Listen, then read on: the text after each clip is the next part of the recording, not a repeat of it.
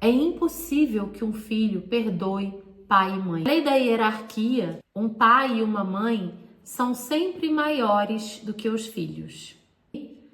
Esse pequeno fruto, imagina que essa aqui é uma laranjeira que dá uma laranjinha. Esse pequeno fruto existe porque essa laranjeira veio primeiro, cresceu, se nutriu e gerou esse fruto. Você já imaginou essa pequena laranja olhando para a laranjeira e falando, vou te perdoar? Parece até um pouco irrelevante esse perdão. E é assim mesmo. A grande libertação da nossa vida vem quando a gente entende que não tem o lugar de perdoar pai e mãe. Quando a gente entende que um filho não tem o lugar de nos perdoar. Na etimologia da palavra, perdoar significa aquele que tem muito, aquele que está completo e pode doar. Esse lugar não é do filho.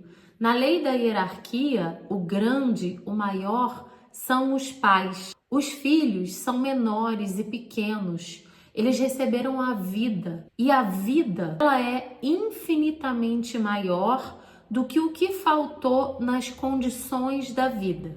Eu vou te contar uma história de uma constelação que eu fiz, que talvez isso fique mais claro. Eu atendi uma menina de 20 anos e ela se sentindo travada na vida, começamos a conversar a respeito da história de vida dela e ela me contou que o pai que cuidava dela era alcoólatra, tinha uma oficina no fundo da casa, ficava com ela o dia inteiro, mas bebia mais do que trabalhava, era um pai violento, era um pai difícil e a mãe se sacrificava para manter toda a casa e vivia ausente, quem cuidava era o pai. Ela sofreu muito naquela dinâmica familiar e não conseguia perdoar os pais e não conseguia se liberar daquela dor e estava com a vida travada. E ela falou assim, Flávia, você não me vem com essa história de perdoar o meu pai, porque o que mais me irrita, o que mais me dá raiva da minha mãe é quando ela fala, você precisa perdoar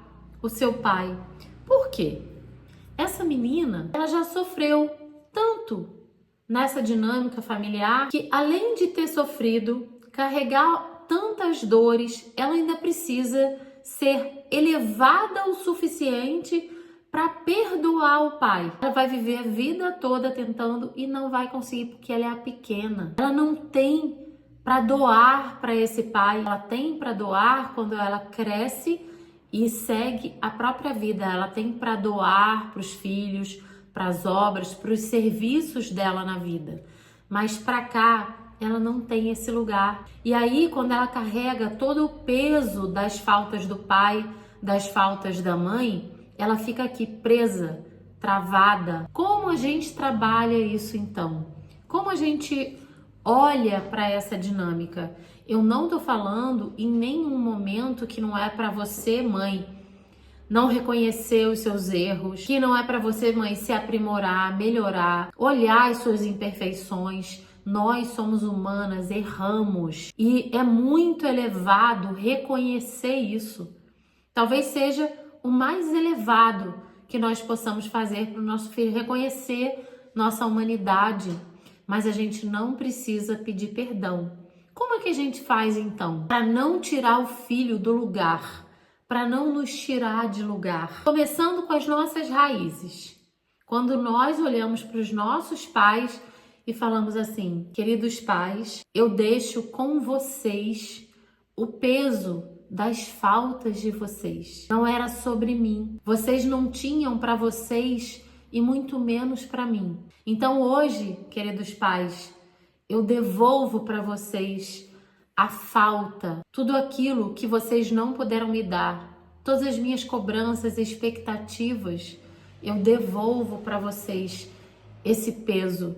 Eu paro de carregar. E como você pode olhar para o seu filho para reconhecer algum erro? Como você pode trabalhar a sua humanidade, sua humildade, se melhorar a partir de um novo lugar, sem tirar o seu filho do lugar de pequeno, sem se diminuir, porque o seu filho não precisa de você diminuída, pequena, culpada.